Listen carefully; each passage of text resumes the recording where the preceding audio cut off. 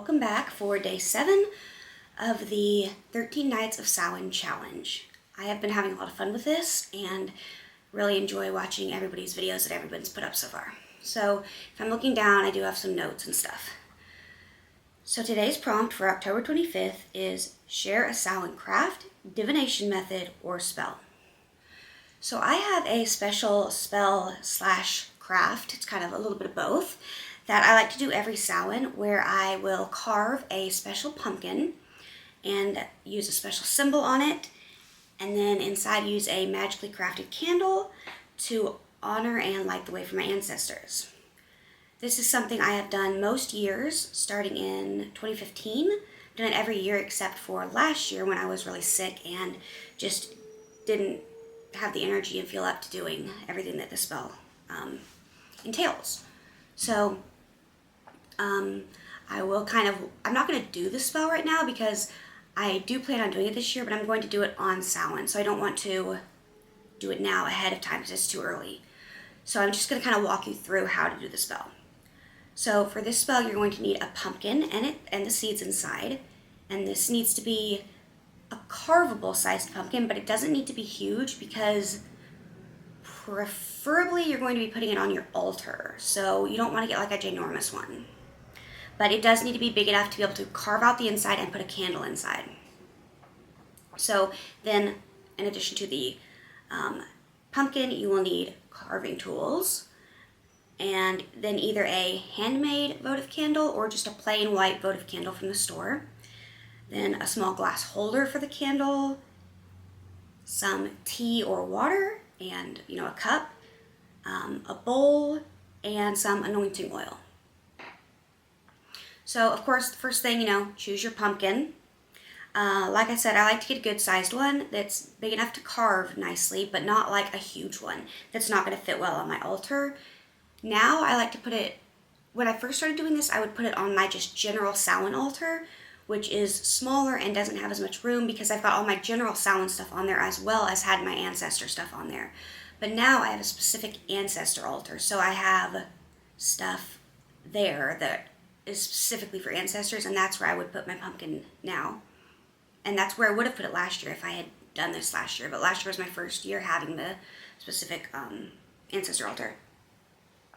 So then I decide on what design I want to put on my pumpkin, and part of this is just choosing something that is an aesthetically pleasing design. Some that I've done in the past, I've done like a cat, like sort of a cat silhouette where you can see the cat and then like its tail curling up. I've done a pentacle, a cauldron, words like blessed Samhain. You can do a face as well, but don't do anything scary. You want something to be like a warm and welcoming symbol that will be for your ancestors. So you don't want something scary that would potentially scare them away. Another option that I haven't personally done, but that I think would be cool, would be to carve the names of those you are honoring into the pumpkin. So instead of saying Happy Halloween or Blessed Samhain or whatever, like I've done a Blessed Samhain one a couple years ago. Instead, you could put names of people on there. I think that would be cool. So I usually like to print off my design template that I plan to use for carving the pumpkin.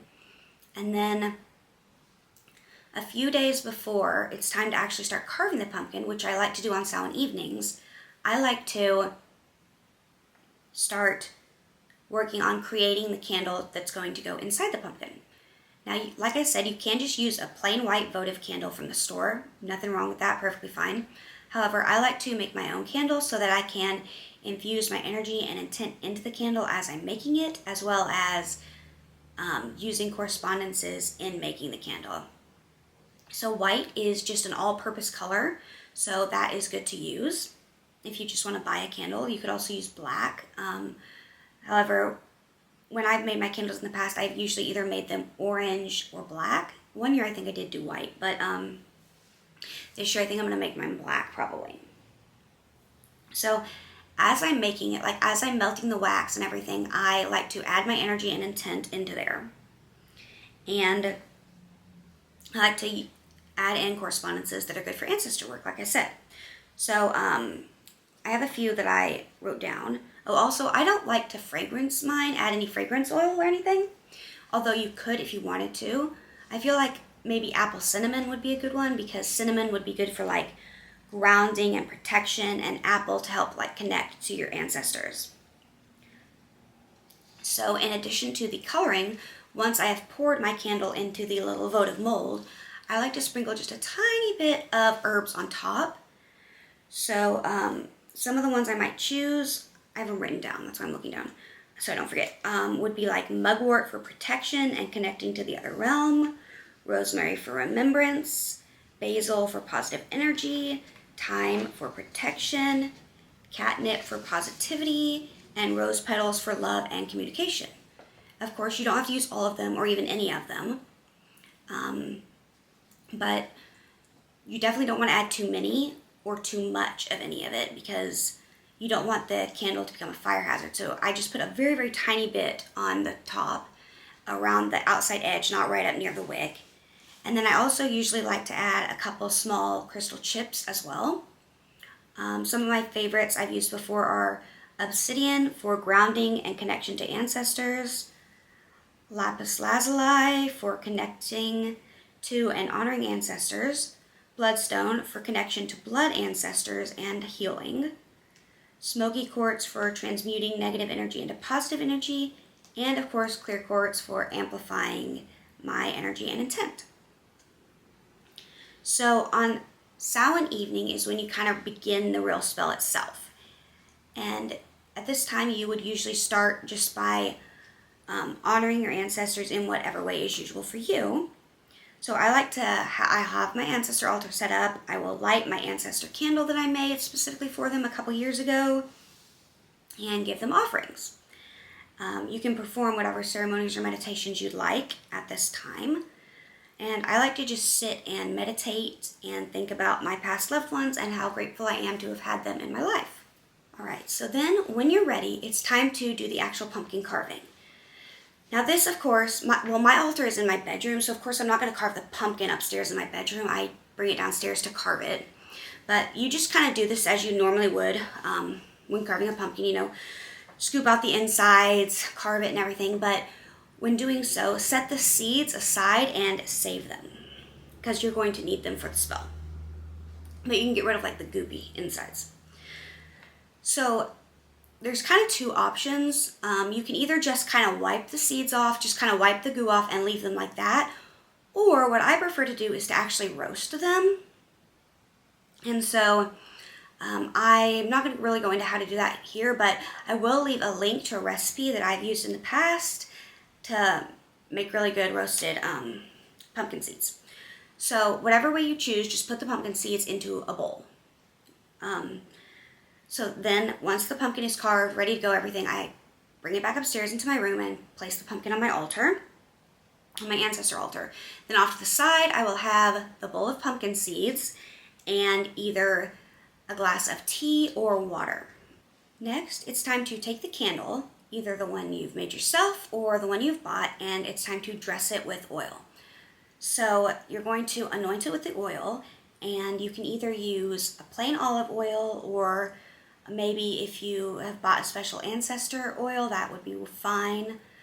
But what I usually do is I either infuse some dried peppermint into olive oil a few days before, or will dilute some peppermint essential oil to use. You wouldn't want to use just peppermint essential oil or any mint essential oil just straight, because it will like burn your skin. You need to dilute it. So you just anoint the candle, you know, rub it all over the candle. And as I'm dressing the candle, I really visualize my energy and intent pouring into the candle to charge it. Then, once my candle is in the base of the pumpkin, I will use some of the same herbs, whichever ones I have chosen, and will sprinkle them around the candle in the bottom of the pumpkin, but not real close to the candle, like away from it as much as you can, just to be sure that it doesn't catch on fire. So I like to do that because although I have added a little bit of the herbs to the candle, it's a very, very small amount. So I like to add a little bit of the herbs around the bottom just to have more of them. And then you can also do the same thing with crystals. If you'd like, you can either place some of the crystal chips or larger, like tumbled stones, even rough pieces, around the bottom in the same way. So after that, you want to remove 7 of the pumpkin seeds from the bowl and place them in front of the pumpkin. Then once you're ready, you light the candle and say something along the lines of, "Spirits of my ancestors who wish me well, I venerate you this evening at this altar with offerings and praises in your honor. I try to honor you in my daily life. All of my accomplishments and successes are a testament to your influences, no matter how direct or indirect. If you please, I ask you to open me to your wisdom so that I can go forward from here this year and make you proud. Please help me understand what I need to know to make better choices and continue to evolve and progress." Then you would hold your hands over the seeds. You can cup them in your hands if you want to, and imbue them with energy and say, "Fill these seeds with the power of your wisdom so that it may flourish within my heart and soul, so that I may draw from it as necessary and use it for the benefit of myself and all those I love. So mote it be." Then when you're ready, you eat the 7 seeds slowly, one by one. You can either choose to just full on eat them, shell and all, or what I do is crack the shell open and eat the seed inside, kind of like you normally would with pumpkin seeds. I think that's how you normally eat them. I don't actually normally eat them, so I guess I don't know. But yeah, so as you eat each one, you would eat one, then you would take a sip of either the tea or water, whichever one you're using, then eat another sip, eat, sip, until you have eaten all of them. Then when you're finished with the seeds, drink the rest of the tea or water. Then lastly, to finish up, you thank your ancestors. You offer them the rest of the pumpkin seeds and give them some tea or water, whichever you were using, and give them these offerings as a sign of thanks. And then at this point, you can either extinguish the candle or leave it burning to continue to honor your ancestors. At this time, while the candle is still lit, I like to do some divination to connect with my ancestors and gain any insights and wisdoms they may have to share with me. So I will do in the past I've usually used a pendulum, but this year I plan on doing a tarot card spread along with a pendulum because I'm not great at interpreting tarot cards and their meanings. So I feel like by using a tarot spread, I can then have the tarot and then I can use the pendulum to be like, okay, this is what I think this means. Am I on the right track or not? And kind of get some help and insight from them. Thank you so much for watching this video. I would love to hear what you do for Samhain down below. If you are participating in this challenge as well, let me know and I will check out your video. And thanks again for watching. Please like and subscribe. It would really mean the world to me.